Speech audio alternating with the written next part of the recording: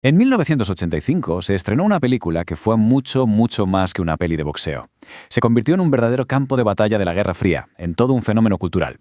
Hoy vamos a meternos de lleno en Rocky IV, una cinta que décadas después sigue dando de qué hablar. A ver, para que nos hagamos una idea del impacto que tuvo, lo primero son las cifras. Recaudó más de 300 millones de dólares de la época, una auténtica barbaridad. Y esto no solo la convirtió en la más taquillera de toda la saga Rocky, no, es que en ese momento se coronó como la película de deportes con más ingresos de la historia, un auténtico gigante. Pero aquí es donde la cosa se pone interesante. Porque mientras la crítica, la destrozaba, que si era predecible, que si la historia era simplona, que si los personajes no tenían desarrollo, el público la convirtió en un clásico de culto. La gente la adoró, les pareció emocionante, el villano era icónico, y para muchos es sin duda la mejor de toda la saga.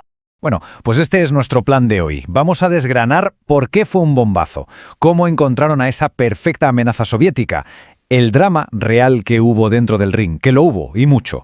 Por supuesto, su banda sonora tan ochentera y, para rematar, todos los secretos, los gazapos y hasta un robot que se colaron en el rodaje. A ver, la genialidad de Rocky IV está en gran parte en su simpleza. Stallone fue muy directo. Cogió la tensión política del momento y la metió de cabeza en el cuadrilátero. O sea, la Guerra Fría no era un simple telón de fondo. No, la Guerra Fría era el combate. Un choque de ideologías donde cada puñetazo simbolizaba el enfrentamiento entre Estados Unidos y la Unión Soviética. Claro, y para que esa amenaza soviética diera miedo de verdad, necesitaban a alguien imponente, con un físico casi de otro planeta. Y creedme, la búsqueda de Iván Drago y de su mujer, Ludmila, fue toda una odisea. Un proceso de casting casi tan intenso como la propia película. La historia de cómo Dolph Lundgren consiguió el papel es literalmente de película. Imaginaos la escena. Eres un campeón de karate sueco. Vas a una audición sin saber ni para qué es y te rechazan por ser demasiado alto. Pues lejos de rendirse, se las apañó para que unas fotos suyas le llegaran al mismísimo Stallone. Pasaron 6 meses de silencio. Y de repente sonó el teléfono. Le llamaron y tras competir contra más de 5.000 actores, el papel de Iván Drago fue suyo. Y para entender el cambio tan brutal que supuso esto en su vida, sus propias palabras lo resumen a la perfección. Fui al estreno como el novio de Grace Jones y salí siendo el principal objetivo de las cámaras. O sea, en los 90 minutos que dura la película se había convertido en una estrella mundial, así, de la noche a la mañana. Y un dato muy curioso, el personaje de Ludmila Drago, interpretado por Brigitte Nielsen, que por aquel entonces era pareja de Stallone, ni siquiera estaba en el guión original. Todas sus frases, en realidad, las decía el manager de Drago. Fue Stallone quien la incluyó en el último momento. Bueno, y ahora sí, vamos al centro de la acción, el ring. Las peleas de Rocky IV son legendarias por su brutalidad, pero lo que mucha gente no sabe es que la tensión y el peligro durante el rodaje fueron muy, pero que muy reales.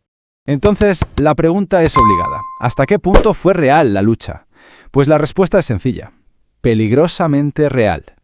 En el plató, la línea entre la actuación y la agresión de verdad se cruzó más de una ocasión. Por ejemplo, durante el combate entre Apollo y Drago, la tensión explotó. En un momento, Dolph Lundgren lanzó a Carl Weathers, Apollo Creed, contra una esquina con tantísima violencia que Weathers se bajó del ring, hecho una furia, amenazando con llamar a su agente y largarse de la película. Tuvo que intervenir el propio Stallone para calmar los ánimos. Pero el momento más extremo, sin duda, llegó en la pelea final. Para que pareciera más auténtico, más brutal, Stallone le pidió a Lundgren que le pegara de verdad durante los primeros 30 o 40 segundos. Quería realismo, y desde luego lo consiguió. El resultado, un puñetazo de Lundgren en el pecho que mandó a Stallone directo al hospital durante varios días. Las lesiones eran tan graves que se parecían a las de un accidente de coche. De hecho, su compañía de seguros al principio se negó a pagar hasta que les enseñaron la grabación del golpe. Pero bueno, entre tanto drama, también hubo hueco para algunos gazapos. Si uno se fija bien, de repente a Apolo le falta un guante y el vendaje en una mano, o el golpe fatal de Drago, que cambia de lado por arte de magia. Pero el error más increíble es ver a Drago empujar al árbitro, una falta que en cualquier combate real le habría costado la descalificación inmediata. Venga, dejamos el ring un momento para hablar de otro de los grandes protagonistas de la película, la música.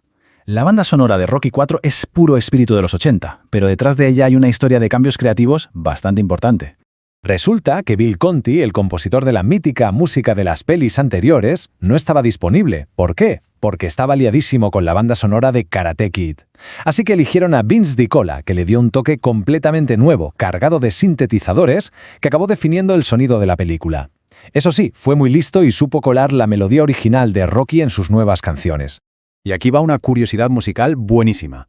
La famosa canción Glory of Love se escribió originalmente para Rocky IV, pero a Stallone le pareció demasiado suave, demasiado blandita, y la rechazó. La cambiaron por Hearts on Fire y Glory of Love acabó siendo un exitazo mundial gracias a Karate Kid 2. Y ya para terminar, vamos a sumergirnos en los datos más extraños y sorprendentes del rodaje. Porque más allá de la pelea y la música, Rocky IV esconde secretos que van desde un juicio por plagio hasta un miembro del reparto muy poco común. Sí, hablemos del robot de Polly. A ver, Zico no era un simple objeto de atrezo, era un robot real, diseñado para ayudar a niños con autismo. A Stallone le interesó el proyecto y decidió meterlo en la película. Pero es que la cosa no acaba ahí. Zico era el único robot miembro del sindicato de actores, había salido en vídeos musicales y después de la película se fue de gira con el mismísimo James Brown. Una locura. Y para rematar, un par de secretos de producción más. Las gélidas montañas de Rusia eran en realidad Wyoming. Los periódicos que anunciaban el combate, si leías la letra pequeña, hablaban de béisbol. Pero el dato más heavy fue la demanda por plagio de un escritor que acusó a Stallone de robarle la idea. El conflicto, tras una batalla legal, se acabó resolviendo con un acuerdo extrajudicial. Así que, después de todo esto, la pregunta final sigue en el aire.